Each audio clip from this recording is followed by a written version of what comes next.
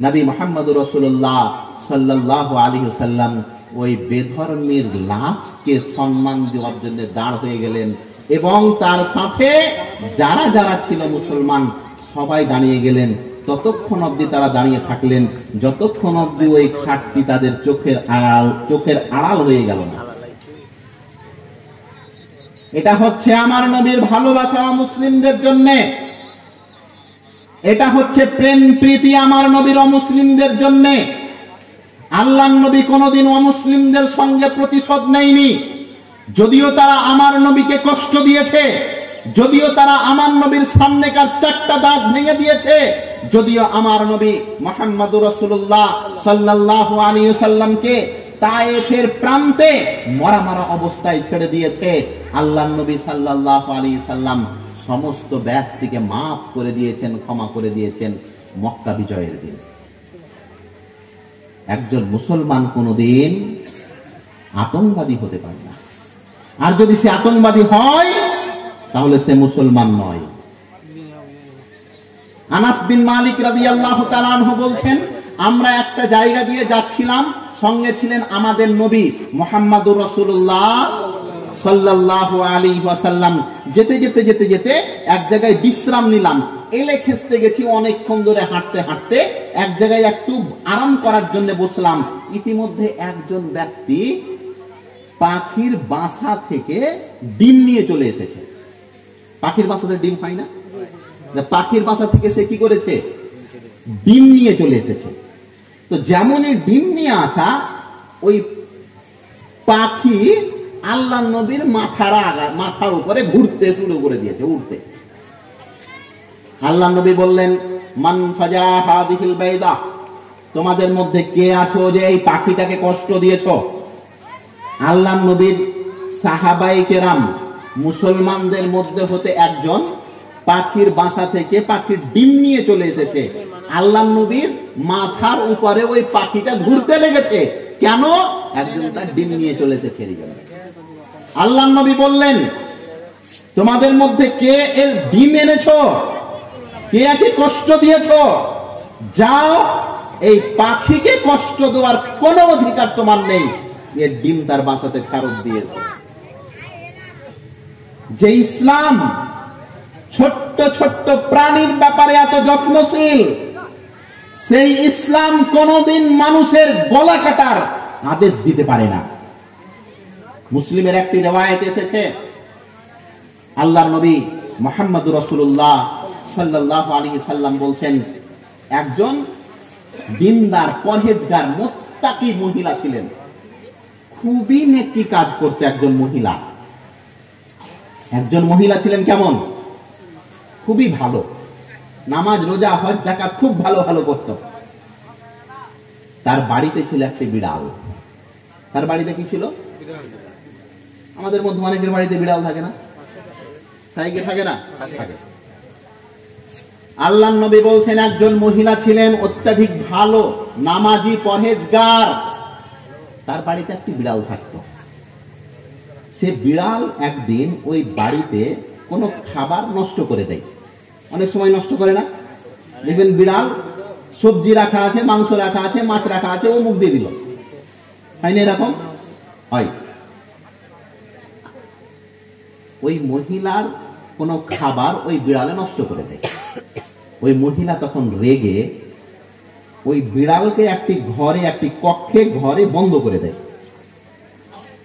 ওই বিড়ালকে কোনো খাবারও দেয় না, বা তাকে ছেড়েও দেয় না যে কোনো জায়গায় খাবার খুঁজে খেয়ে নেবে। মহিলা কিন্তু ভালো, মহিলা কিন্তু চরিত্রবান, মহিলা কিন্তু পরহেজি, মহিলা কিন্তু নামাজি, সব গুণে চারিদিকে পরিপূর্ণ।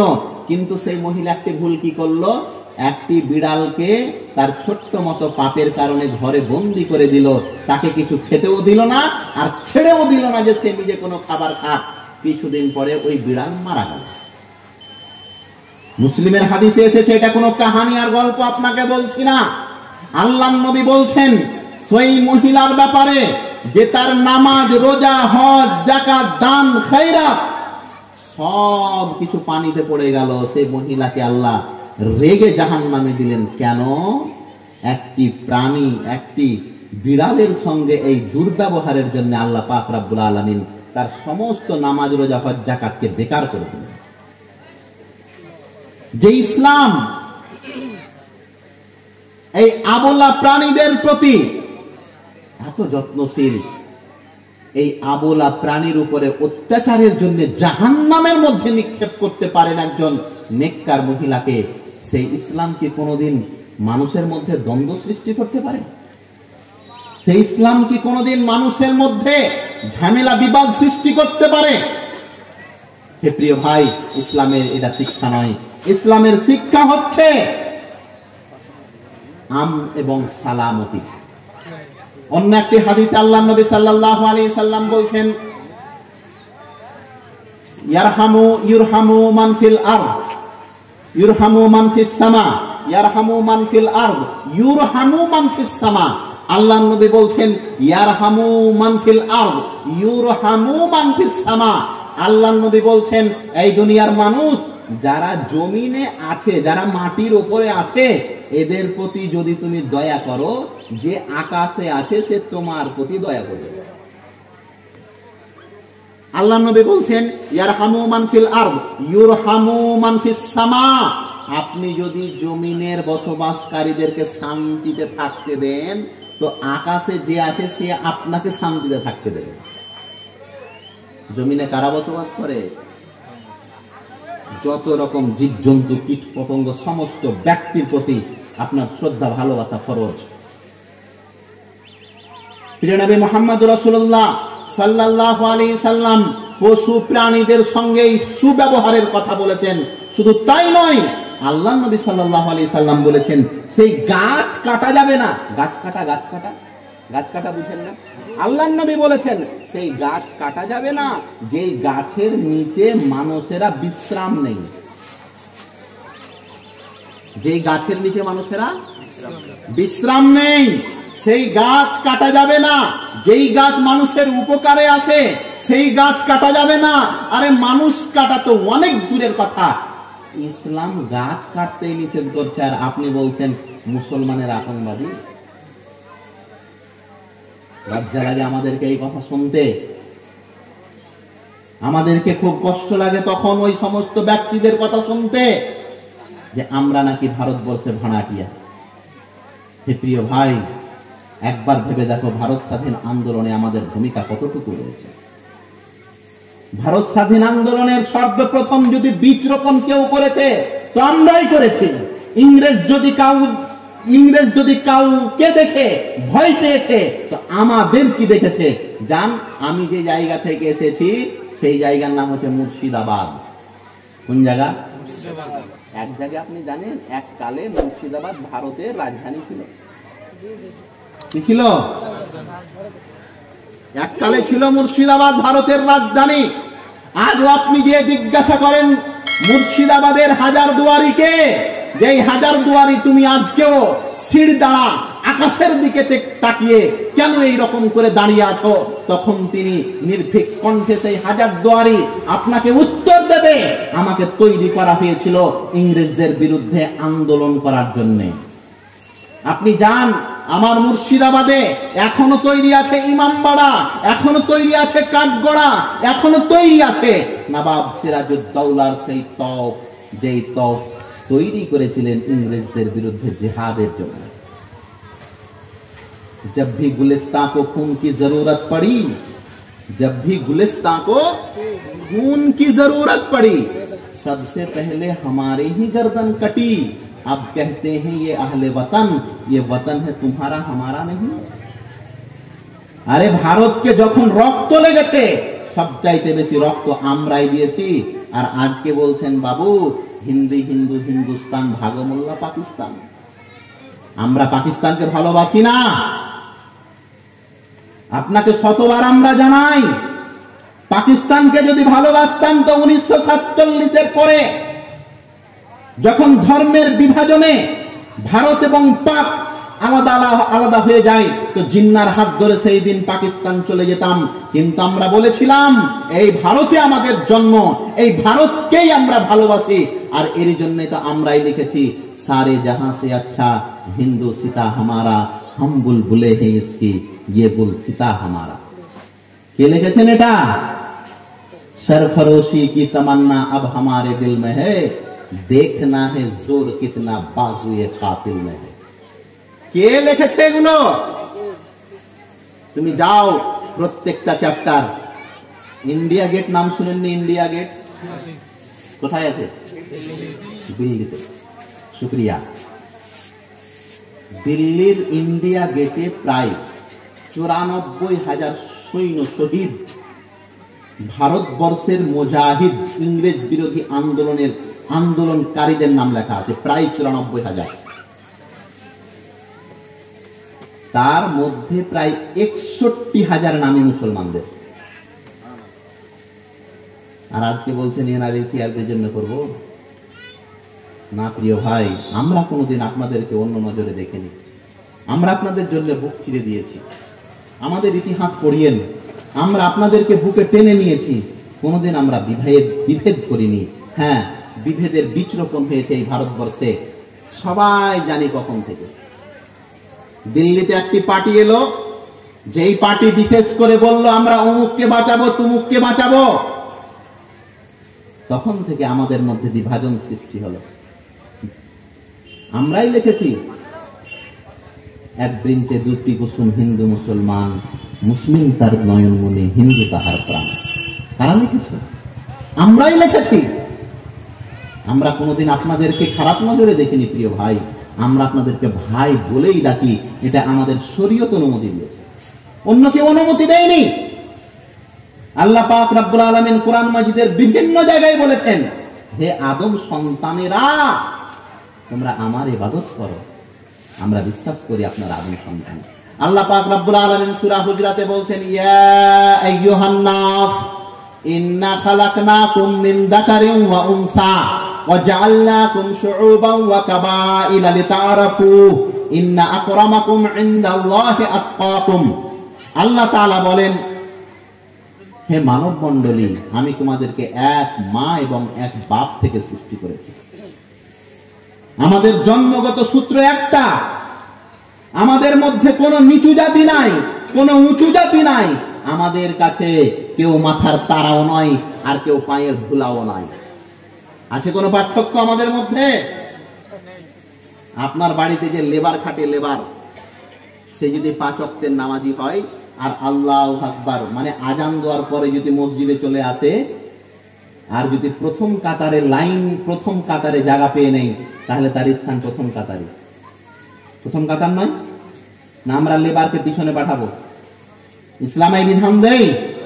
আপনার বাড়িতে যে চাকরের কাজ করে, সেও যদি মালিকের চাইতে বেশি কোরআন মুখস্থ রাখে, আমার ইসলাম বলেছে ইমামতি চাকর করবে, মালিক তার পিছনে দাঁড়াবে। এই শিক্ষা কে দিয়েছে? ইসলাম দিয়েছে। তাচ্ছিল্য করার কোন সুযোগ রাখেনি। আল্লাহ পাক রব্বুল আলামিন আল্লাহ নবী সাল্লাল্লাহু আলাইহি সাল্লাম বলতেন, শোনো, মক্কা হজ্জাতুল বিদায় হজের দিন নবী মুহাম্মদুর রাসূলুল্লাহ সাল্লাল্লাহু আলাইহি সাল্লাম পুরো পৃথিবীর মানুষের জন্য একটা মেসেজ দিয়ে গেলেন, শোনো, তোমাদের মধ্যে কালো এবং ঘলো, সাদা এবং কালো, ফর্সা এবং কালো, এই দুজনের মধ্যে কোনো এক অপরের মধ্যে মর্যাদা নেই। আজকে আমাদের মধ্যে আছে না? একটু যদি দেখতে ভালো তো পায়ের নিচে আর মাটি থাকে না তার। আর যদি মেয়ে ছেলে হয় তাহলে তো বাদ দেন। আল্লাহু আকবার। আচ্ছা বলেন তো, সাদাটাকে যদি আল্লাহ বানায়, কালোটাকে কে বানিয়েছে? আল্লাহর সৃষ্টিকে আপনি তাচ্ছিল্য করছেন? প্রিয় ভাই, সাদা এবং ফর্সা, কুৎসিত এবং সুশ্রী এবং কুশ্রী, দেখতে ভালো এবং দেখতে মন্দ, কুশ্রী এবং সুশ্রী, এটা চামড়ার উপরে প্রকাশ পায় না, এটা আভ্যন্তরিক বিষয়। দেখতে চামড়া সাদা হতে গেলে যে সে দেখতে ভালো এটা নয়, তার মধ্যে ভালোর গুণ থাকা উচিত। ইসলাম এটাই শিখিয়েছে আমাদেরকে। আল্লাহর নবী মৃত্যুর মাত্র 84 দিন পূর্বে, আল্লাহর নবী ইন্তিকালের মাত্র 84 দিন পূর্বে মানুষদেরকে বলে গেলেন, শোনো, ধনী এবং গরিবের মধ্যে কোনো পার্থক্য থাকবে না, সুশ্রী এবং কুশ্রী, দেখতে ভালো এবং দেখতে খারাপের মধ্যে কোনো পার্থক্য থাকবে না, আরবি এবং আজমি মানে আরবের অধিবাসী কিংবা আরবের বাইরের অধিবাসী, এর মধ্যে কোনো পার্থক্য থাকবে না। আলা ইন্নাত তাকওয়া, কিন্তু হ্যাঁ পার্থক্য থাকবে পরহেজগারিতার ভিত্তিতে। মনে রাখবেন, আপনি দেখতে সুন্দর বলে কোনো মর্যাদা নেই, আমি দেখতে খারাপ বলে কোনো তাচ্ছিল্য নেই, আপনার টাকা পয়সা আছে বলে আপনার কোনো মর্যাদা নেই, আপনার আমার টাকা পয়সা নেই এরই বললে আমার কোনো তাচ্ছিল্য নেই। হ্যাঁ, সম্মান এবং অসম্মান এর মাপকাঠি হচ্ছে তাকওয়া এবং পরহেজগারিতা। ইন্না আকরামাকুম ইনদাল্লাহি আতকাকুম, আল্লাহর কাছে সম্মানীয় সেই যে তাকওয়া এবং পরহেজগারওয়ালা, দেখতে যতই খারাপ হতে পারে। আপনি শুনেননি বেলাল? বেলাল নাম শুনেননি? কে বেলাল? কে? সাহাবা নয়, সাহাবি বলে। সাহাবা বহু বচন, সাহাবি। আচ্ছা, সাহাবা আমাদের দিকে অন্য জিনিসকে বলে, আপনাদের দিকে কবরস্থানকে কি বলে? শুনেন শুনেন প্রিয় ভাই, শুনেন, এত ভুল কথা বলিয়েন না। ওটা কবরস্থান, ওটাকে সাহাবা বা সাহাবা বলিয়েন না। সাহাবা হচ্ছে সাহাবীর বহু বচন। সাহাবি মানে একজন, আর সাহাবা মানে হচ্ছে অনেকজন। কি করে কবরস্থান সাহাবা হয়ে গেল? না, এই ভুল কথা বলবেন না। উলামা ইকরামের কাছে ফতোয়া জিজ্ঞাসা করবেন, আগে কবরস্থান বলবেন না হয় গোরস্থান বলবেন। আল্লাহ মালুম কোথা থেকে এলো এই শব্দটা। কবরস্থানে কি বলে? সাহাবা। না, সাহাবা বলা যাবে না। কবরস্থানকে কবরস্থান বলবেন, না হয় গোরস্থান বলবেন। আমি আপনাকে যে কথা বলছিলাম সেখানে আবার নিয়ে যাই। প্রিয় নবী মুহাম্মদ রাসূলুল্লাহ সাল্লাল্লাহু আলাইহি ওয়াসাল্লাম আমাদেরকে যে পথ এবং পদ্ধতিতে ছেড়ে গেছেন, সেই পথ এবং পদ্ধতি কোথায়? কোথায় আজকে আমাদের মধ্যে সেই আন্তরিক ভালোবাসা? আজ অধিকাংশ মানুষের মধ্যে আমরা লক্ষ্য করি, অর্থ থাকতে গেলে তার 7 খুন মাপ। সুদখোর, ঘুষখোর, কত রকম খোর আছে। ও বাদ্দের মুলবি সাহেব টাকা আজকে মাদ্রাসায় 1 লাখ টাকা দিয়েছে, সভাপতিও উঠে 4 টাকা দিয়ে হুজুর আসেন। কেন এই চরিত্র এলো? ইসলাম বলছে সম্মান তাকওয়া এবং পরহেজগারিতার ভিত্তিতে, টাকা পয়সার ভিত্তিতে নয়। আচ্ছা, টাকা পয়সার ভিত্তিতে যদি হয়তো ফেরাউন কোন দিকে গো? এই কথা বলেন, ফেরাউন কোন দিকে? টাকার অভাব ছিল? কোরআনে আল্লাহ পাক রব্বুল আলামিন সূরা ইউনূস সূরা নম্বর 10 আয়াত নম্বর 92-93 পড়েন। আল্লাহ বলছেন, ওয়া জাওয়াজনা বনি ইসরাঈল আল বাহর ফাআতবাহু ফিরআউন ওয়া জুনুদুহু বাগিয়ান ওয়া আদওয়া হাত্তা ইযা আদরাকাহুল গরক ক্বালা আমানতু আন্নাহু লা ইলাহা ইল্লাল্লাযী আমানাত বিহি বনু ইসরাঈল ওয়া আনা মিনাল মুসলিমিন। আল্লাহ পাক রব্বুল আলামিন বলছেন, ফিরআউন যখন ডুবে মরছিল এবং তার সৈন্য সামন্তকেও যখন আমি ডুবিয়ে দিলাম, তখন ফেরাউন ডুবার সময় বলছে, আমানতু আন্নাহু লা ইলাহা ইল্লাল্লাযী আমানাত বিহি বনু ইসরাঈল। মরার সময় ফেরাউন পানি পান করতে করতে ডুবতে ডুবতে বলছে, আল্লাহ আমি মুসলমান হতে চাই, আমি কলমা পড়তে চাই, আমি মুসলমানদের অন্তর্ভুক্ত হতে চাই। সঙ্গে সঙ্গে আল্লাহ অস্বীকার করলেন, তোর আর তওবা কবুল করা হবে না। আজকে আমাদের মধ্যে অনেক আছে না, গাল চেঁচে চেঁচে চেঁচে চেঁচে বিটি ছেলার মতন করে দিয়েছে। যখন বলা যায় ভাই দাড়িটা ছাড়ো, বুড়া হয়ে ছাড়বো। হ্যাঁ হ্যাঁ, তুমি যে বুড়া হতে পারবে এটা কি গ্যারান্টি? সবাইকে বুড়া হয়ে মরে? ভাই নামাজটা ধরো, ধরলিব একদিন, কখন ধরবে? বয়স হোক 60-70, মানে যখন ওই সুগারের ওষুধ খাওয়া ছাড়া কোনো উপায় নেই, কোনো কাজ করতে পারবে না, রুকু সিজদা করে করতে পারবে না, সিজদা করতে পারবে না, লাস্টে চেয়ার রাখবে মসজিদে, দিয়ে মাজা টানা করে নামাজ পড়বে। আপনি কি জানেন তন্দুরুস্ত অবস্থায় নামাজ পড়ে কি স্বাদ রয়েছে? আপনি কি জানেন এই যৌবনতা আল্লাহর নিয়ামত? এই যৌবনের ইবাদত আর বুড়া মানুষের ইবাদত এক নয়। নবী মুহাম্মদ রাসূলুল্লাহ সাল্লাল্লাহু আলাইহি সাল্লাম বলছেন, 7 শ্রেণীর মানুষকে আমি আরশের নিচে জায়গা দেব, যেই দিন সূর্যকে মাথার উপরে নিয়ে আসা হবে, সূর্য নিজের প্রভাব মানুষের উপরে এমন করে ফেলবে, মানুষের মাথার মগজগুলি টকবক টকবক করে ফুটতে থাকবে, মানুষের মাথার মগজগুলি সেই রকম ফুটতে থাকবে যেই রকম ভাবে গরম ভাত উতলাতে থাকে। আল্লাহ নবী বলছেন, মাথার উপরে সূর্য আর মানুষের মগজগুলো টকবক টকবক করে উতলাতে থাকবে, কিন্তু সেই দিন 7 শ্রেণীর মানুষের কোনো কষ্ট হবে না। ওই 7 শ্রেণীর মধ্যে এক শ্রেণী হচ্ছে শাবুন নাশা ফি ইবাদাতিল্লাহ। ওই যুবক, ওই যুবক, ওই যুবক, ওই যুবতী যারা তাদের যৌবনকাল অতিবাহিত করেছে আল্লাহর ইবাদতে। মসজিদে চ্যাংড়া ছেলে দেখতে পান? আছে আপনাদের এলাকাতে চ্যাংড়া ছেলে যায় মসজিদে? হ্যাঁ, আচ্ছা ফজরের কথা বলেন, ওটা হয় না মৌলভী সাহেব।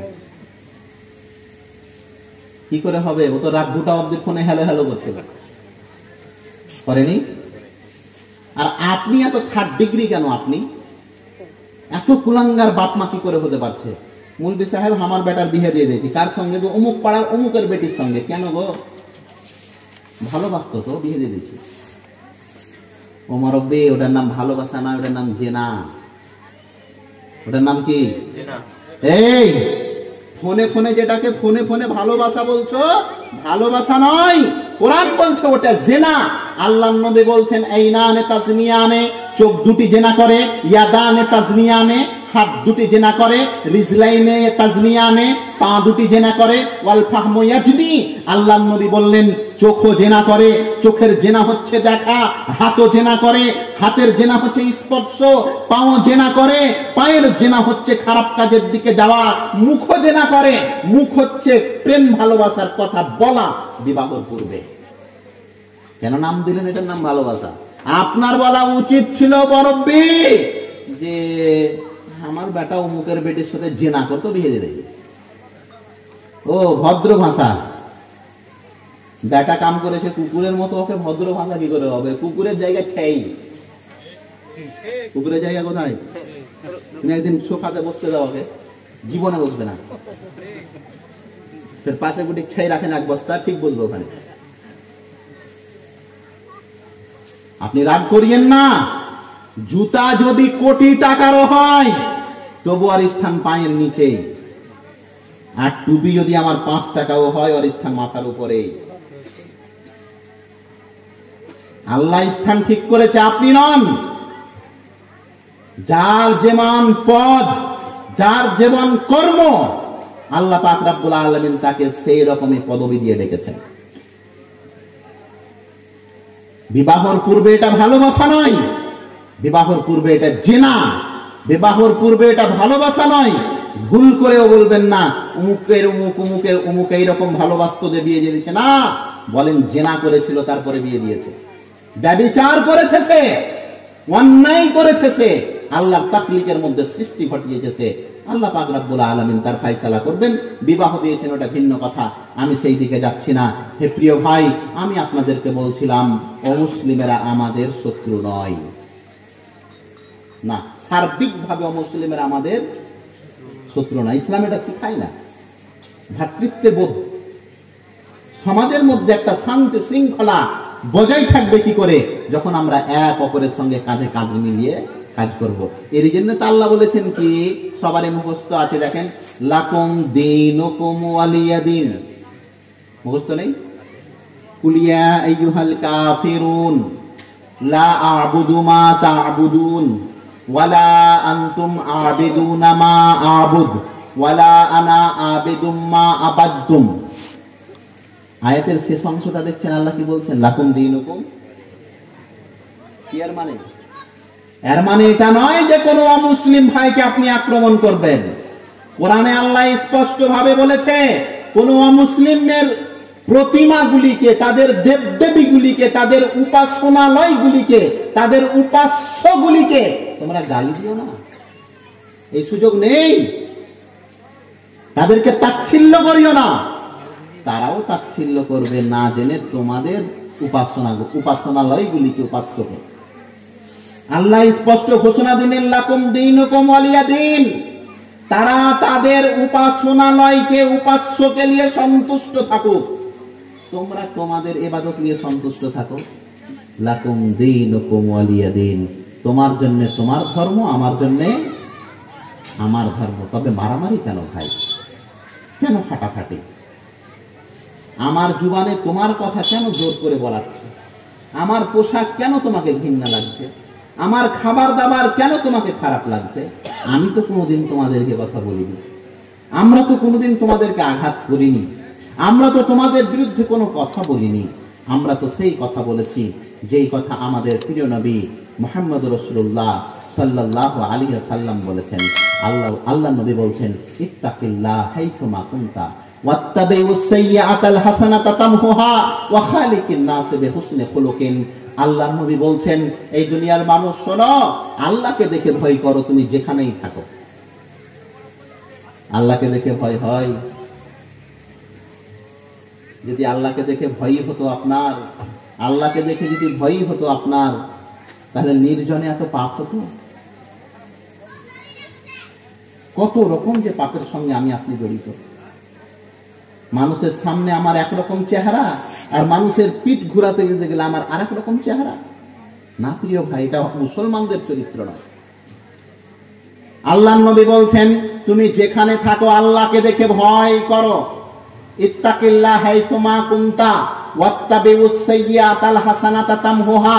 যদি তোমার মাধ্যমে কোনো পাপ হয়ে যায় তো নেকি করে ফেলো, কেননা এই নেকি তোমার বিগত পাপকে মুছে দেবে। ওয়া খালিকিন নাস বিহুসনি খুলুকিন, এবং মানুষের সঙ্গে ভালো ব্যবহার করো, মানুষের সঙ্গে সদাচরণ করো। আল্লাহ নবী বললেন, আমি জান্নাতে দেখলাম সব চাইতে বেশি জান্নাতে মানুষ আছে দুটি কারণে। সব চাইতে বেশি জান্নাতে আছে দুটি কারণে। আমি দেখলাম না বেশি নামাজি আছে জান্নাতে, আমি দেখলাম না বেশি হাজি আছে জান্নাতে, আমি দেখলাম না বেশি ইবাদতকারী আছে জান্নাতে। আল্লাহ নবী বলছেন, আমি দেখলাম না বেশি জান্নাতে রয়েছে হাজি গাজী মুত্তাকি পরহেজগার। আল্লাহ নবী বলছেন, আমি জান্নাত উঁকি মেরে দেখলাম জান্নাতে সবচাইতে বেশি যেই কারণে মানুষ প্রবেশ করেছে সেটা হচ্ছে হুসনে খুলুক, ভালো চরিত্র, ভালো ব্যবহার। এর চাইতে বড় ইবাদত নেই। আল্লাহ নবী নবী হলেন 40 বছরে। 40 বছরের আগে আল্লাহ তাআলা ট্রেনিং দিলেন একজন চরিত্রবানের। আল্লাহ নবী কাফেরেরাও কোনো কথা বলতে গেলে ভাবতো যে না, যদি টাকা পয়সা রাখতেই হয় তো মুহাম্মদের কাছে রেখায় কেন যেমন দিব তেমনই ফিরিয়ে দিবে না। আর আজকে আপনাকে 2 মাস আগে আপনি 5,000 টাকা নিয়েছেন, এই বলে যে ভাই এই দাও তোমাকে কেউ দিয়ে দিব, এই যে 61 দিন হয়ে গেল। খবর আছে? ধারের পরিস্থিতিতে এমন হয়ে গেছে, সুদ কেন তৈরি হলো? জুবানের দাম রাখেন। আপনি বিপদে পড়েছেন, আপনার ভাই আপনাকে ধার দিল কোটি টাকা, এখন ও কি আপনার পিছে ঘুরে বেড়াতে হচ্ছে, ভাই টাকাটা দেনা হ্যাঁ দিচ্ছি, সামনে সপ্তাহে দিয়ে দেবো, ভাই টাকাটা দেনা হয়, খুবই কাজের, হ্যাঁ কাউকে চলে আসো। এই ব্যবহার কেন? আল্লাহ নবী মুহাম্মদ সাল্লাল্লাহু আলাইহি সাল্লাম বলছেন, আমি জান্নাতে দেখছি সবচাইতে বেশি যে কারণে মানুষ আছে সেটা কি? ভালো চরিত্র, ভালো গুণ, ভালো ব্যবহার। কোথায় আজকে ভালো ব্যবহার? আজকে 14 বছরের চ্যাংড়া ছেলে ওই আগাদিকের চুলটি কুকুর মুত্তা করে নিয়ে চলে এসেছে, দেখেননি? এই শীতের দিনে কোনোদিন খাসি বকরি চটের উপরে রেখেছেন রাত্রিবেলায়? চট বুঝেন না? চট বস্তা বস্তা পাটের, ওর উপরে কোনোদিন খাসি বকরি বেঁধেছেন রাত্রে? বাঁধেননি? আচ্ছা, সকাল হতে হতে ওটা রং যেমন হয়, হ্যাঁ? আজকালকার কিছু চ্যাংড়া ছেলের চুলের স্টাইল না হয়, ওকে কোনোদিন বহির ঘরে শুকতে দিয়েন। আল্লাহু আকবার। वज़ा में तुम नसारा हो तो तमद्दुन में हुनूद, ये मुसलमान है जिन्हें देखकर शर्माए यहूद। আপনি ইহুদি খ্রিস্টান ইসরায়েলে দেখতে যাচ্ছেন গো ভাই, আর বাড়িতে যেটাকে খেলেছেন এটা কে? হ্যাঁ, ইহুদি শুধু ইসরায়েলে আছে? ইহুদি খ্রিস্টান শুধু ইসরায়েলে, আমেরিকাতে? সকাল সন্ধ্যা যেটাকে খাওয়াচ্ছেন ওটার একবার পরিচয় নিয়েন তো, এটা কি? লা হাওলা ওয়ালা কুওয়াতা ইল্লা বিল্লাহ। পোশাক আশাক তো আল্লাহ মাফ করুক, আল্লাহ মাফ করুক, মনে হচ্ছে যে দূরের বাসা আছে আপনার বাড়িতে। প্যান্টের এমন জায়গাও ছিল গো আপনার বেটার গো, যে ভিতরকার জিনিসটা যদি না থাকে তো মেন জিনিস দেখা যাবে। ভাগ্য ভালো যে ভিতরকার জিনিসটা পড়ে আছে, নেই এরকম? এটাকে বলছেন ইস্তাইনুল বিসাহেব, এগুলাই চলছে। আমাকে ক্ষমা করবেন, কথা বলতে দেন। কুকুরকেও যদি এই প্যান্ট পরা হয় আর কুকুরকে যদি জুবান দেওয়া হয় কথা বলার সুযোগ, সেও বলবে এই কুকুর স্টাইল আমি বলবো না। এই হচ্ছে আমাদের পরিস্থিতি, এটা হচ্ছে চরিত্র, এটা হচ্ছে ব্যবহার। এই ব্যবহার দেখে আমাদের অমুসলিম ভাইরা আমাদের ধর্মে আসবে, এই ব্যবহার দেখে, এই চরিত্র দেখে। আমাদের ব্যবহার এবং চরিত্রতে ইসলাম যতটা মানুষের কাছে পৌঁছেছে, কোন কাজে ততটা পৌঁছায়নি। আল্লাহর নবী ইসলাম প্রচার করেছেন কি দিয়ে? কথা দিয়ে যত নয় তার চাইতে বেশি ব্যবহার দিয়ে। আজকে আমাদের কথা ইসলাম কবুল করবে, আরো কাফের হয়ে যাবে সব। মদের আড্ডায় যান, সব চাইতে বেশি আরা। জুয়ার আড্ডায় যান, সব চাইতে বেশি আরা। কোন আড্ডাটা বাকি রেখেছেন আপনারা? আল্লাহর নবী বলছেন আমি জান্নাতকে উঁকি মেরে দেখলাম, সব চাইতে বেশি দেখছি জান্নাতে কারা? জান্নাতে সব চাইতে বেশি আছে মুত্তাকি পরহেজগার লোকেরা। এবং আর একজনকে দেখতে পেলাম, তারা হচ্ছে অসহায় দরিদ্র যারা, তারা জান্নাতে। দাম্ভিকতা ছাড়েন, কেন আপনার ভাই ভাই বিদ্বেষ? এটাকে বন্ধ করেন। হে প্রিয় ভাই, আজকে মরলেই আমরা হয়ে যাব কালকে 2 দিন। কেন এরকম বিদ্বেষ? কি দিয়েছে? ঝামেলা করে আপনি কি পেয়েছেন? আল্লাহ নবী মুহাম্মদ সাল্লাল্লাহু আলাইহি সাল্লাম বলছেন লা ইয়াহিল্লু লিমুসলিমিন আন ইয়াহজুরা আখাহু ফাওকা সালাসাতি লায়ালিন। কোন মুসলমানের জন্য বৈধই নয় এটা যে তার ভাইয়ের সঙ্গে 3 দিনের বেশি কথা না বলে পার করে দেয়। লা ইয়াহিল্লু লিমুসলিমিন, কোন মুসলমানের জন্য এটা বৈধই নয় যে তার ভাইয়ের সঙ্গে 3 দিন কথা না বলে পার করে দেবে। আজকে বলেন তো, ছোট ভাই বড় ভাই ঝামেলা হয়েছে, কতদিন ধরে আপনি কথা বলেননি? আল্লাহু আকবার, এটা মুসলমানের চরিত্র। আরে আল্লাহর বান্দা, আল্লাহর নবীর চাচা হামজাকে যে টুকরো টুকরো করে কেটেছিল, সেই লোকটাও আল্লাহর নবীর কাছে ক্ষমা চাইতে এসেছে মক্কা বিজয়ের দিন। আল্লাহ নবী বলছেন কে? ওয়াহশী বিন হারাব। এই তুমি কে? তুমি আল্লাহ আমার চাচাকে টুকরো টুকরো করে কেটেছিলে। সে মাথা নিচু করে আছে, নম্র ভাষায় বলছে। আল্লাহ নবী সেই দিন কিছু বুঝিনি, মানুষের কথায় আপনার চাচাকে আমি কেটেছিলাম, আমি হত্যা করেছিলাম। আল্লাহ নবী সাল্লাল্লাহু আলাইহি ওয়াসাল্লাম যে নিজের চাচাকে টুকরো টুকরো করে কেটেছে, তাকেও বললেন লা তাসরিবা আলাইকুমুল ইয়াউম, আজকে যাও, সবাইকে ক্ষমা করে দিলাম, প্রতিশোধ কাউরি সঙ্গে নেওয়া হবে না। ভাবতে পারেন, যারা আল্লাহর নবীকে মক্কার মাটিতে রক্তাক্ত অবস্থায় ছেড়ে দিয়েছিল, যারা আল্লাহর নবীকে মারতে চেয়েছিল মক্কাতে, যারা আল্লাহর নবীকে মেরে শেষ করে দেওয়ার চেষ্টা করেছিল, যারা আল্লাহর নবীর রাস্তাতে কাঁটা বিছিয়ে রাখত, যারা আল্লাহর নবী মুহাম্মদ সাল্লাল্লাহু আলাইহি সাল্লামকে চারিদিক থেকে কষ্ট দিয়েছিল, মাত্র 8 বছরের ব্যবধানে আল্লাহর নবী যখন ক্ষমতায় এলেন, সেই দিন সবাই পায়ের নিচে ছিল। সেই দিন সেও ছিল যে আল্লাহর নবীর গলায় ফাঁস দিয়ে টেনে আল্লাহর নবীর দম শেষ করে দেবে। উতবা বিন রবি, এই বদমাস উতবা বিন রবি, গামছা হয় না অনেকের গলাতে, গামছা লেগে থাকে না? তো আল্লাহর নবীর গলায় একটা কাপড় ছিল গামছার মতো, উতবা বিন রবি ওটাকে ধরে দুই দিক দিয়ে কি করেছে, দিয়েছে টান। এত জোরে টান দিয়েছে হাত্তা হালাকা রাসূলুল্লাহ সাল্লাল্লাহু আলাইহি ওয়াসাল্লাম, আল্লাহ নবী মরেই যাবেন, চোখ বড় করে দিয়েছে। গলা টান দিলে হবে না, চোখ বড়, আল্লাহ নবী চোখ বড় করে দিয়েছেন, মুখ লাল হয়ে গেছে, মরব অবস্থা। সঙ্গে সঙ্গে দৌড়তে দৌড়তে আল্লাহ নবীর বন্ধু আবু বকর চলে এসেছে, উতবা বিন রবিকে ধাক্কা দিয়ে ফেলে দিয়েছে।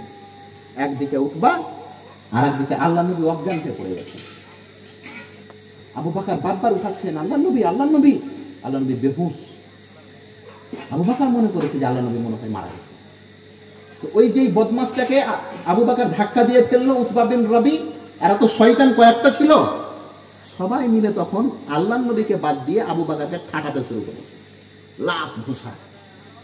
এমন মার মেরেছে তারা, একদিকে আল্লাহ নবী অজ্ঞান হয়ে পড়ে আছেন, আর একদিকে আবু বকরকে মারতে মারতে মারতে তারা ততক্ষণ অব্দি মেরেছে যতক্ষণ অব্দি তারা মনে করেছে যে আবু বকর আর বেঁচে নেই রে, মরা মানুষকে মেরে লাভ নেই, চল। তারা ততক্ষণ অব্দি মেরেছে যে আবু বকর মরে গেছে, চল, কাজ হয়ে গেছে। আবু বকরের বাড়ির লোক আবু বকরকে কোন রকম চেড়ে চুড়ে বাড়ি নিয়ে গেল, মুখে পানি ছিটা দেওয়ার পরে যখনই আবু বকরের হুঁশ ফিরে এলো, সর্বের প্রথম আবু বকর বললেন, আল্লাহ নবী কেমন আছে?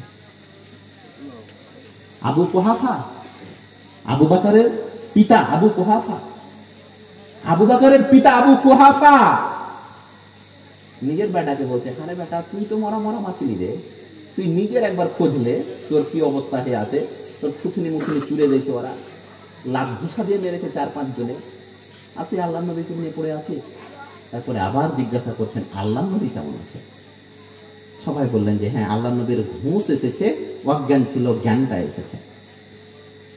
যারা এইরকম ভাবে আল্লাহ নবীকে মেরেছিল সেই দিন, তাদের জন্য আল্লাহ নবী মক্কা বিজয়ের দিন ঘোষণা দিলেন, লা তাসরিবা আলাইকুমুল ইয়াউম, ভাই শোনো, আজকে কোনো প্রতিশোধ নেওয়া হবে না, তোমাদের সবাইকে ক্ষমা করে দিলাম, সবাইকে ছেড়ে দিলাম। এটাই তো আমাদের ধর্মের শিক্ষা। প্রতিশোধ কোনোদিন আমাদের ধর্মে শিখায়নি, আর আজকে আমাদের ধর্মের অনুসারীরা আপনার ছোট ভাইয়ের বেটির বিয়ে, আপনার ছোট ভাইয়ের বেটির বিয়ে তো ভাতিজি হচ্ছে না, আপনি ভাতিজির বিয়ে খাননি, ভাই ভাই হয়তো একটু দ্বন্দ্ব ছিল, যে এক ভাই আর এক ভাইয়ের বেটির বিয়ে খায়নি, মানে ভাতিজির বিয়ে খায়নি, একটু দ্বন্দ্ব ছিল। আর আমাদের দেখবেন যত রাগ, ওই বিয়ের সময় প্রতিশোধ নেই, যত রাগ আছে একদম যা আছে, বিয়ের সময় প্রতিশোধ নেই, বিয়ে খাবো না আমার, তুমি বিয়ে না খাবে তো কি হলো, হে বিয়ে রেখে গেছো। এক ভাই আর এক ভাইয়ের বেটির বিয়ে খায়নি, বড় ভাই ছোট ভাইয়ের বেটির বিয়ে খায়নি। অনেক দিন পরে যে ভাই বিয়ে খায়নি তার ভাতিজির, এবার ওই ভাইয়ের বেটির বিয়ে, যে ভাইয়ের বিয়ে সে খায়নি সে ভাইকে বলতে গেছে যে ভাই তোর ভাতিজির বিয়ে আছে অমুক দিন, তো অমুক দিন থেকে তোরা খাস। তখন ওই যে যার বিয়েটা খায়নি, তখন সে বলছে, ফাতেমার বিয়ে তোমরা খেয়েছিলে, যে তোমাদের বিয়ে খেতে যাব। আর আজকে ফাতেমা 2টা ছেলের মা। ফাতেমা কটা ছেলের মা? কমসে কম তো 5-7 বছর হয়ে গেছে, হয়নি? এই 5-7 বছর ধরে এই বিদ্বেষ, এই গীবত, এই হিংসার গাছটা আপনি অন্তরের মধ্যে জিন্দা রেখেছেন ভাই, পানি দিয়ে সার দিয়ে তাকে মানুষ করেছেন। আপনার যে বেটির বিয়ে খায়নি আপনার ভাই, সে বেটিটা আজকে 2টা ছেলের মা, আর আজকে আপনি প্রতিশোধ নিচ্ছেন। মানে এই কথাটা আপনি 5-7 বছর ধরে অন্তরের মধ্যে গেঁথে রেখে আছেন, এই বিদ্বেষের গাছটা। আল্লাহ নবী মুহাম্মদ সাল্লাল্লাহু আলাইহি সাল্লাম বলছেন, লা ইয়াজমিআন কলবে আবদিন আল হাসাদ ওয়াল ঈমান। আল্লাহ নবী বলছেন, কোন মুমিনের অন্তরের মধ্যে একই সঙ্গে 2টা জিনিস থাকতে পারে না, এক ঈমান, দ্বিতীয় হিংসা।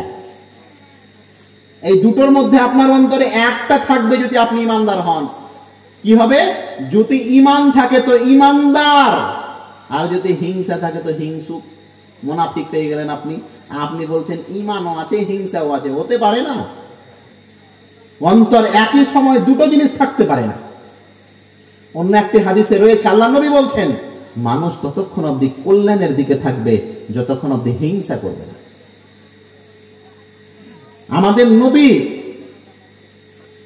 এত কঠিন কঠিন জানি দুশ্মন গুলোকে ক্ষমা করে দিচ্ছেন, আর আপনি আপনার ভাইটাকে ক্ষমা করতে পারেন না। ভাই কি হবে, কি করতে পারবেন আপনি তার ক্ষতি? জমি জায়গায় একটু ক্ষতি করে খুব বড় ক্ষতি করে দেবেন না ভাই। কাদ আফলাহা মান তাযাক্কা ওয়া যাকারা ইসমা রাব্বিহি ফাসাল্লা। আল্লাহ বলছেন কাদ আফলাহা মান তাযাক্কা, সফলতা অর্জন করলো সেই যে তার নিজের অন্তরকে পবিত্র করলো। এর জন্য ফরজ গোসল করার আগে অন্তরকে ফরজ গোসল করান।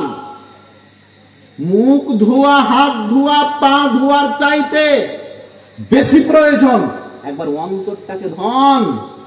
অন্তরের মধ্যে অপবিত্রতা নিয়ে আল্লাহর সম্মুখীন কোন লজ্জায় দাঁড় হবেন? আল্লাহ ওই সমস্ত ব্যক্তিদের দিকে তাকাবেন না যাদের অন্তরের মধ্যে জাররা পরিমাণ, সরিষা দানা পরিমাণ হিংসা আছে। হে প্রিয় বন্ধু, আমি আপনাকে বুঝাচ্ছিলাম, আল্লাহ নবী মুহাম্মদ সাল্লাল্লাহু আলাইহি সাল্লাম বললেন আমি জান্নাতকে দেখছি, জান্নাত ভর্তি পড়ে আছে কারাকে কারাকে কারাকে। কয়েক প্রকারের মধ্যে আরেক প্রকার হচ্ছে অসহায়, দরিদ্র। আজকে তো অধিকাংশ মানুষের পরিস্থিতি তৈরি হয়েছে, দরিদ্রদের কোনো ভ্যালু নেই। মৌলভী সাহেবদেরকে দেখেন ৬,০০০ টাকা বেতন, আজকে খালি জোরে যদি বলে জল নিন বলেছে তাহলে ওর চাকরি টিকবে কি টিকবে না কে জানি। ওই একদিন একটা গল্প শুনছিলাম, আমার একটা বন্ধু শোনাচ্ছিলেন যে মৌলভী সাহেবের কত দোষ জানেন মৌলভী সাহেব, আমাকে বলেন।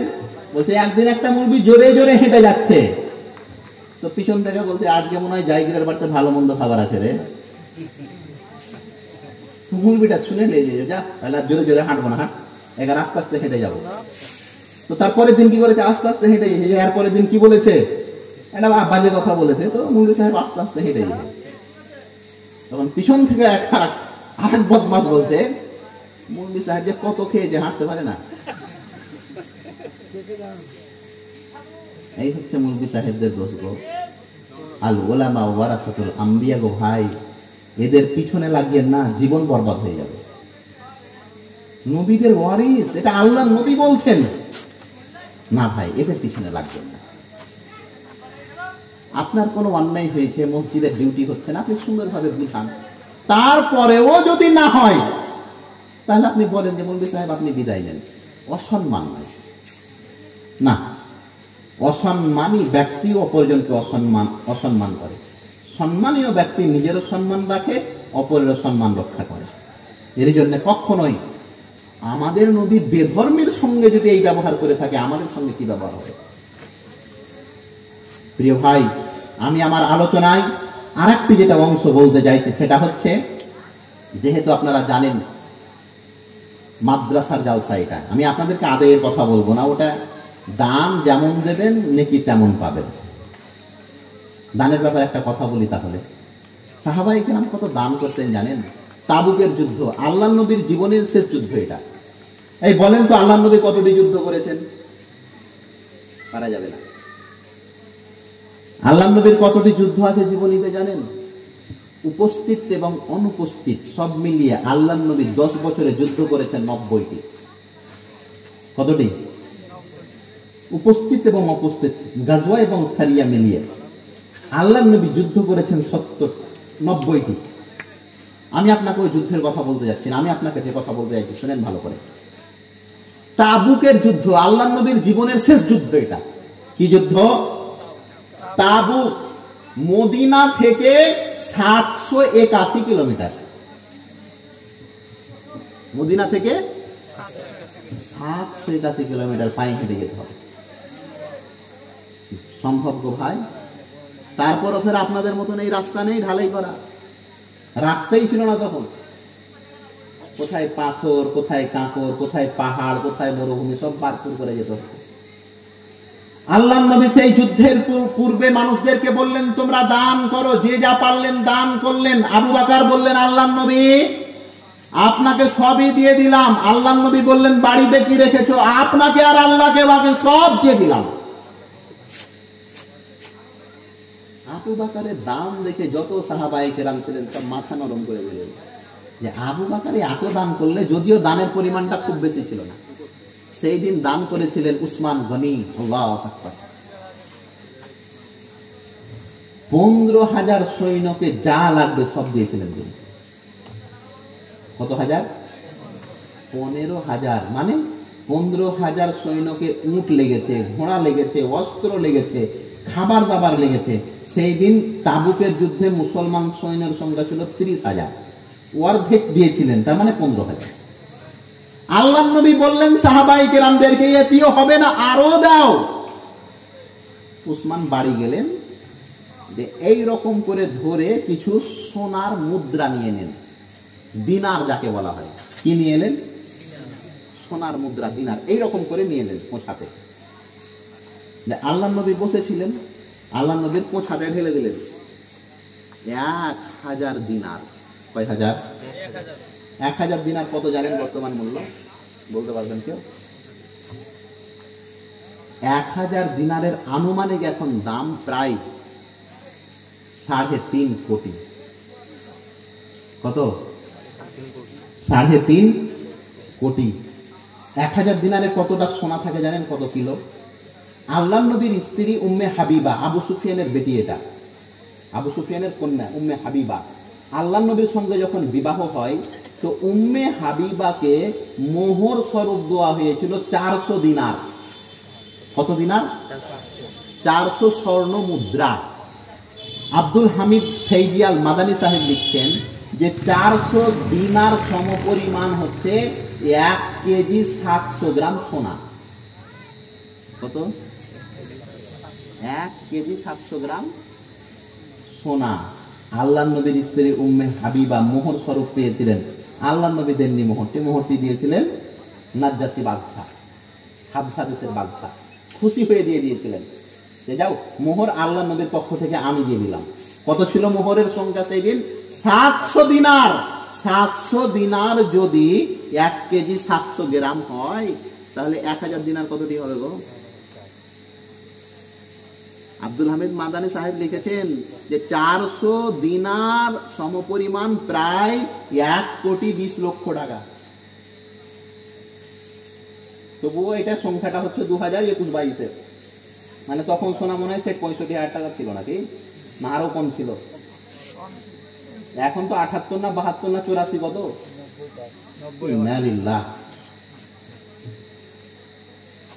প্রিয় ভাই, দানের ব্যাপারে কৃপণতা করবেন না।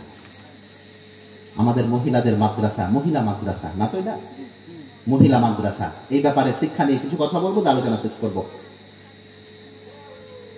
ইসলামের শিক্ষার ব্যাপারে যতটা জোর দিয়েছে অন্য কোন ইবাদতের ব্যাপারে এত জোর দেয়নি। মনে রাখবেন, নামাজ, রোজা, হজ, যাকাত যেমন ইবাদত, শিক্ষা গ্রহণ করা এটাও একটা ইবাদত। আল্লাহ নবী বলছেন, যদি একজন মানুষ সারা রাত নামাজ পড়ে, মানে এশারের নামাজ পড়ে নিয়েছে, দিয়া শুধু নামাজ পড়ে যাচ্ছে, নামাজ পড়ে যাচ্ছে, একবারে ফের ফজরের আযান দিয়ে দিয়েছে। নামাজ পড়তে পড়তে কি হয়েছে? ফজরের আযান দিয়ে দিয়েছে। নবী মুহাম্মদ রাসূলুল্লাহ সাল্লাল্লাহু আলাইহি সাল্লাম বলছেন, অপর দিকে যদি কোনো মানুষ, অন্যদিকে যদি কোনো একজন মানুষ, আর একজন মানুষ যদি শুধু কোন শিক্ষা গ্রহণ করতে সারা রাত পার করে দিয়েছে, তাহলে যে ব্যক্তি শিক্ষা গ্রহণে সারা রাত পার করেছে এই ব্যক্তি বেশি উত্তম যেই ব্যক্তি সারা রাত নামাজ পড়েছে এর চাইতে। ফজলুল আলিমে আলাল আবেদে, একজন জ্ঞানী ব্যক্তির ফজিলত, একজন জ্ঞানী ব্যক্তির মহত্ব, একজন জ্ঞানী ব্যক্তির ফজিলত এবং মহত্ব, গুরুত্ব একজন ইবাদত গুজার বান্দার উপরে ততটা যতটা আকাশের চাঁদ তার সমস্ত গ্রহ চন্দ্রদের উপর। বিশেষ করে মেয়েদেরকে শিক্ষিত এগিয়ে আসতে হবে। কেন? আল্লাহ নবী আমাদের উপরে একটা দোষারোপ করা হয় কি জানেন? আমরা নাকি আমাদের মা ও বোনদেরকে বাক্সবন্দি করে দিয়েছি। কি বন্দি? অনেকেই দেখবেন বোরখা পড়া, কত টিটকারি মারে। আর সবচাইতে বেশি টিটকারি মারে কারা? যারা ন্যাংটা হওয়াকে ফ্যাশন বলে। হাজি ভাই, প্রত্যেকটা জিনিসের একটা নিয়ম পদ্ধতি নেই, আছে কি নেই? ওই যে দেখবেন সকাল সন্ধ্যা টিভির আগা দিকে জিন্সের প্যান্ট আর টাই কোট লাগিয়ে এগুলো বেটি ছেলে বসে যাবে। ছেলে না বেটা ছেলে না বিডি ছেলে, আল্লাহ মালুম। দেখে কিন্তু ভাই কিনা যায় না, কি যে আছে ভিতরে আল্লাহ মালুম। শোনেন, মা ও বোনেরা হচ্ছে আমাদের সম্পদ, মা ও বোনেরা হচ্ছে আমাদের ইজ্জত। এই মা ও বোনদের শিক্ষা দীক্ষার ব্যাপারে বিন্দু পরিমাণ কম্প্রোমাইজ করা যাবে না। আবু সাঈদ আল খুদরি রাদিয়াল্লাহু তাআলা আনহু বলছেন, যখনই আমরা কোনো হাদিস বুঝতে পারতাম না, আল্লাহ নবীর ইন্তিকালের পরে যখন কোনো হাদিস বুঝতে পারতাম না, যে হাদিসের ব্যাখ্যা কি, তরজমা কি, বিশ্লেষণ কি, সঙ্গে সঙ্গে ছুটতাম আম্মা জান আয়েশার কাছে। কার কাছে ছুটতেন? আয়েশা পুরুষ না মহিলা? একজন মহিলাকে আল্লাহ নবী কত শিক্ষিত বানিয়েছেন দেখেন। আবু সাঈদ খুদরির মতন সাহাবী বলছেন, হাদিস না বুঝতে পারতে গেলে আল্লাহ নবীর স্ত্রী আয়েশার কাছে চলে যেতাম। আয়েশা এমন করে আমাদেরকে বুঝাতো, মনে হচ্ছে ওই হাদিসটি প্রথমবার শুনলাম আমরা। ইলম এবং জ্ঞান এর ফজিলত অনেক। কোরআন মাজিদের মধ্যে আল্লাহ পাক রব্বুল আলামিন আলেমদের বিভিন্ন ফজিলত বর্ণনা করেছেন। কোন জায়গায় বলেছেন আলেমেরা হচ্ছে, জ্ঞান হচ্ছে জীবিত আর মূর্খতা হচ্ছে মরা। জ্ঞান হচ্ছে ছায়া আর অজ্ঞতা মূর্খতা হচ্ছে রৌদ্র। ছায়াতে কি হয়? মানুষ উপকৃত হয় না? একটা ছায়াতে মানুষ দাঁড়ায়, একটু বিশ্রাম নেই না? একজন জ্ঞানী মানুষ অনুরূপ। বিশেষ করে মা ও বোনদেরকে জ্ঞানী বানান। মা ও বোনেরা যদি জ্ঞান না শিখবে, তাহলে বেটা বেটি কি করে মানুষ করবে? ছেলে পিলে কোথায় মানুষ হয়? মায়ের কাছে না বাপের কাছে? আমাদের এই এলাকার খবর জানি না, আমাদের মুর্শিদাবাদ বেশিরভাগই লোক বিদেশ খাটে। কোথায় খাটে? রোজার ঈদে এলো, ফের 10-15 দিন থাকলো, ফের গেল। বকরির ঈদে এলো, ফের 10-15 দিন থাকলো, ফের গেল। 6 মাস পর 10-15 দিন থাকলে এইরকম করেই 50-60 বছর পারিয়ে গেল। পার হলো না? ভালো করে আব্বাও চিনতে পারে না যে আমার আব্বা কোনটা। মানুষ হয় কার কাছে? আর ওই মাটাই যদি ওই চলে টিভির আগা দিকে, তাহলে তো হয়েছে কাল। এর জন্য আমরা বলি জাতি গঠনের কারিগর হচ্ছে আমাদের মা ও বোন। এদের শিক্ষা দেন। এরা যদি শিক্ষিত না হয়, তাহলে আদর্শ সমাজ কি করে হবে?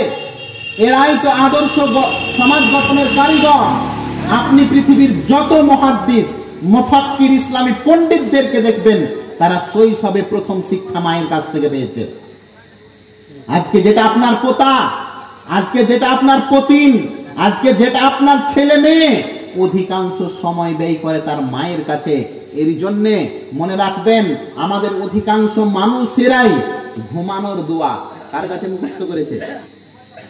বলেন, মায়ের কাছে নয়? জুতা স্যান্ডেল বাম পায়ে না ডান পায়ে, মা শিখিয়ে দিয়েছে। দাঁড়িয়ে পেশাব না বসে পেশাব, মা শিখিয়ে দিয়েছে। মাই তো এটা আদর্শবান মায়ের তো চরিত্র। আব্বু, এটা তোমার দাদু হয়, এর সামনে বেয়াদবি করতে হয় না। এই শিক্ষা দিবে কে? মা। আর আজকে যদি মায়েদেরকে শিক্ষা থেকে বঞ্চিত রাখেন, মায়েরাই যদি হক এবং বাতিল, মায়েরাই যদি ভালো এবং মন্দ না বুঝতে পারে, তাহলে জাতি গঠন কেমন হবে? ওই যে আটা গুনে রুটি আর মা গুনে বেটি। আপনি যখন বউ দেখতে গেছিলেন বেটার জন্য, তখন দেখেছেন আমার বিহের বাড়ি জানো কত ভাগ, আমার বিহের বাড়ি জানো কোনখান না তো কোনখান। ওই পাড়াতে এই রকম করে দেখতে হয় যেখানটা। আপনাকে কত জনা যে বললো যে যেটা বউ দেখে এলে ওটা বউ যে ভালো হয় জি, কত জনার যে ফোন নাম্বার আছে তার কাছে। তুই জানিস কোন পরিবারের আর বাপের কতখানি সম্পত্তি আছে। চামড়া সাদাকে তো আপনারা ভালো বলছেন আজকে। চামড়া সাদা মানে আমার বৌমা একদম টিভির ওই বেটি ছেলে গেলার মতো। বিয়ে 2 দিন হয়েছে, তারপরের দিন আর মুরব্বিকে চাও আগিয়ে দেয় না, পানিও দেয় না, তখন আপনি বলছেন অমুকের বেটি একদম বেকার।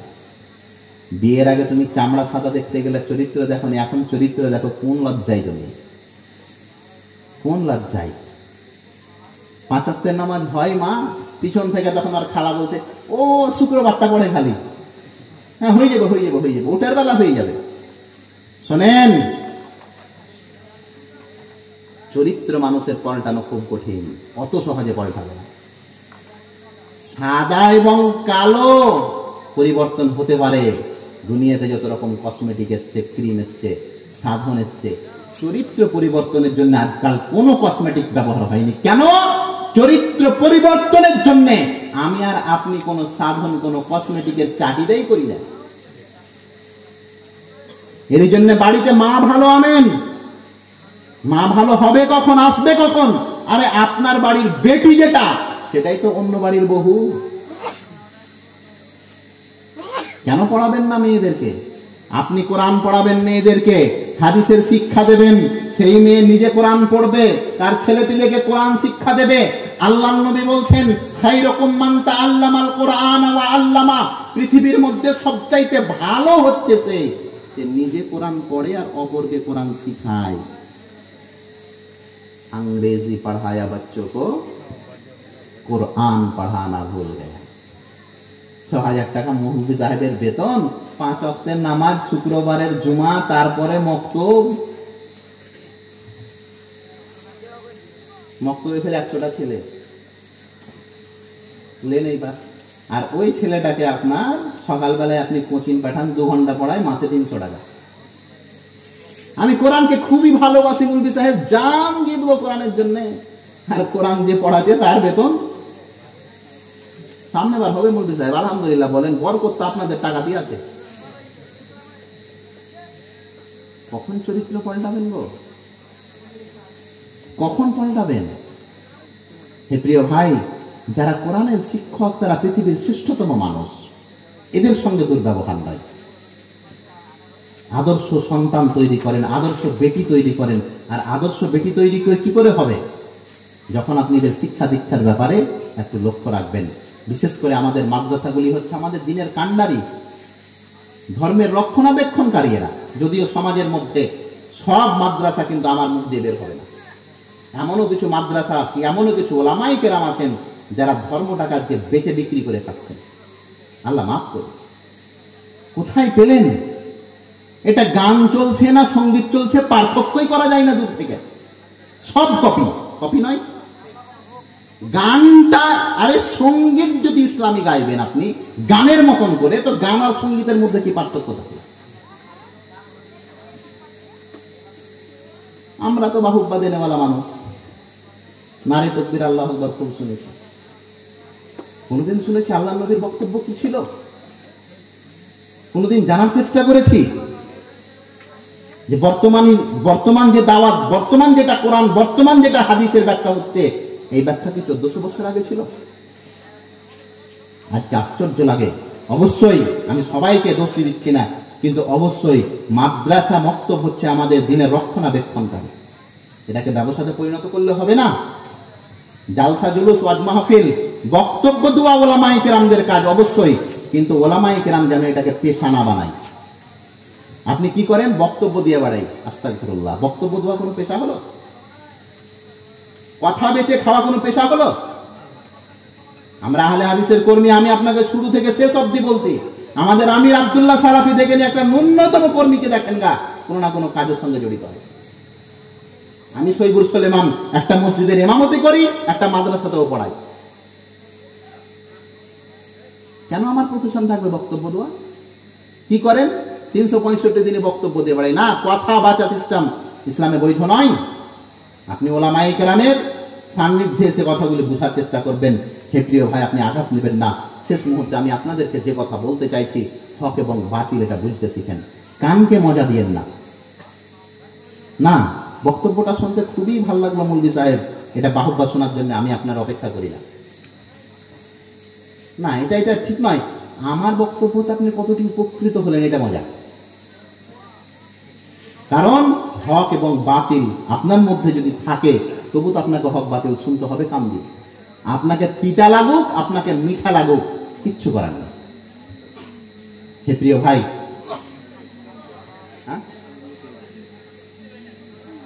হক এবং বাতিল যেটা, সেই বিষয়টা অবশ্যই বুঝবেন।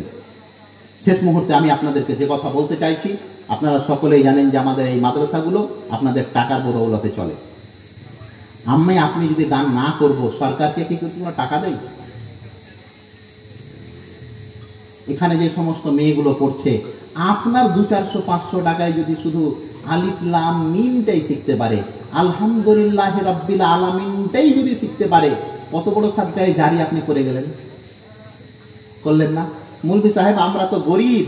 আল্লাহর নবীর কাছে একজন ব্যক্তি এলেন, এসে বললেন, আল্লাহর নবী, আপনি যে এত দান দান দান দান দান দান বলছেন, যে দান করো দান করো, বাড়িতে তো কিছুই নাই, কি দান করবো? আল্লাহর নবী বললেন, মানুষের বাড়িতে কাজ করো গা, যাও পেট খাটো গা, পেট খেটে কিছু টাকা পাবে, তুমি রোজগার করবে, কিছু টাকা পরিবারের জন্য খরচ করবে, কিছু টাকা বাঁচাবে, আর কিছু টাকা দান করবে। আমি আপনাকে বলিনি যে আপনি 100 টাকা দেবেন, আমি বলেছি আপনার ক্ষমতা যতটা, ততটা বিবেচনা করবেন। যেই টাকার আপনার মোহ আজকে, ময়া আজকে, আপনি একবার ভেবে দেখেন তো, একবার চোখ যদি বন্ধ করিলেন, আর কোনো কিছু দেখার নেই। আমাদের ঔরঙ্গাবাদের শিল্পপতি একটা গ্যাস কোম্পানি, নাম শুনেছেন? গ্যাস কোম্পানি নাম শুনেননি? মোস্তাক বাবু 502 পতাকা চাই, বিরাট ইন্ডাস্ট্রিজ, আপনারা দেখেছেন না দেখেন, তার বাড়িতে জানি। গ্যাস কোম্পানি সাহেব মারা গেছেন বেশ কিছুদিন আগে। তো তাদের সম্পত্তি ভাগ হলো, তো তার বেটারা শুধু ক্যাশ টাকা পেল 1100 কোটি টাকা করে, জমি জায়গা নয়, শুধু ক্যাশ টাকা, টাকা কাগজের টাকা যতটি ছিল ব্যাংক ব্যালেন্স, ওটি ভাগ হলো। বেটাটি কয়টি করে পেল? 1100 কোটি। আপনি 1 কোটি দেখলে অজ্ঞান করে দিবেন। 1 কোটি টাকা আপনি জানতে পারবেন না, দেখে মনে হচ্ছে 1 কোটি। 1 কোটি কি মনে হচ্ছে, আপনি জানতে পারবেন 1 কোটি টাকা। কিন্তু ওই লোকটা কোথায় শুয়ে আছে? মাটির তলে পুঁতা আছে। এটা শুধু তার পরিস্থিতি নয়, আমার আপনার সবারই পরিস্থিতি ভাই। মরার পরে আপনার টাকা, ধন সম্পদ আর আপনার থাকবে না, সেটা অন্য কাউরি হয়ে যাবে। এর জন্য মরার পূর্বে আপনার টাকা আপনার খাতায় লিখিয়ে যান। বেটা বেটি আছে, অবশ্যই তাদেরও অংশ আছে, তাদের অধিকার আছে, কিন্তু আপনি অর্থ থেকে, জায়গা জমি থেকে কার জন্য ছেড়ে যাবেন? নিজের জন্য ছেড়ে যাবেন না। মরার পরে যদি বেটা বেটির নামে ছেড়ে গেলেন, তো নিজের নামে ছাড়া নয়। মরার পূর্বেই যদি আপনি দান সাদকা করে যান, তবেই তো আসল দান। আমাদের